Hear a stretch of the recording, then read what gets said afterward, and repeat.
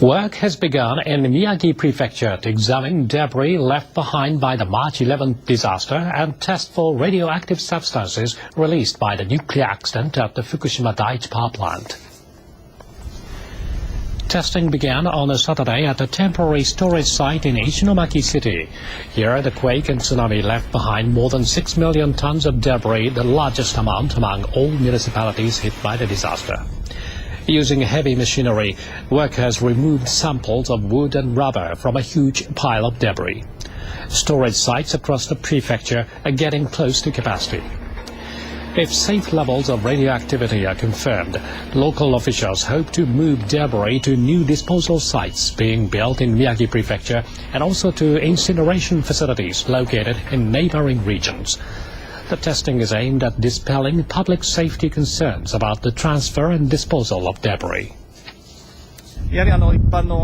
Measuring radiation levels is essential for easing public concerns about radioactive contamination.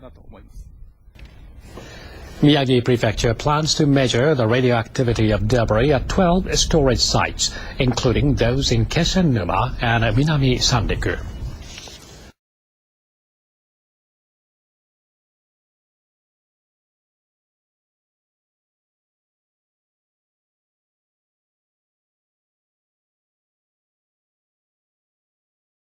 Municipalities in Fukushima Prefecture affected by the March 11th disaster are stepping up efforts to restore life to normal. They've begun to decontaminate public buildings and are restoring key infrastructures.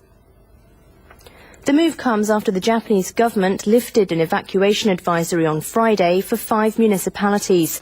The municipalities are located between 20 and 30 kilometers from the troubled Fukushima Daiichi nuclear power plant. After the disaster, residents in the municipalities were advised to prepare to evacuate in case of an emergency at the nuclear plant. About 28,500 residents, or half of the population, fled the areas. The city of Minamisoma has placed priority on removing radioactive substances from public facilities such as parks and schools. Contractors are replacing surface soil with uncontaminated soil, but they say it's becoming difficult to procure the necessary amount of the soil due to increasing demand. Cleaning the parks and the roads is only part of what needs to be done. There are still many concerns. In Kawauchi village, residents have begun to patrol residential areas against burglaries. It is feared that the cancellation of the government advisory could make it easier for burglars to prey on communities. I want to do something to help.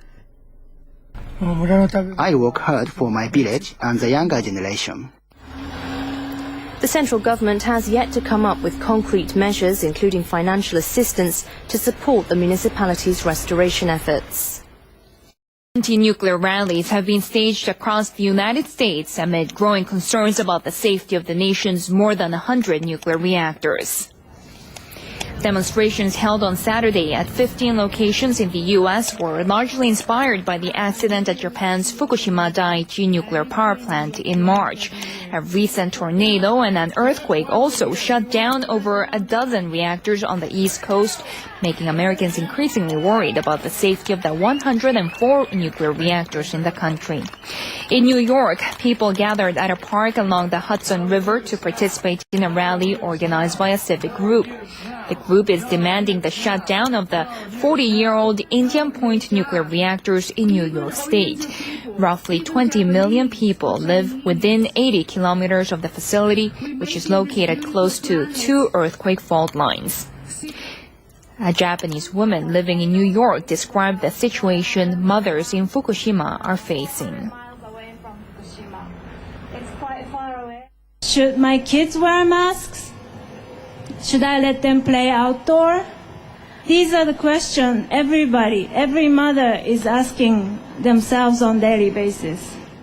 This is a national, but it's an international tragedy. It has heightened my awareness, and I know if it can happen in Japan, it can happen anywhere.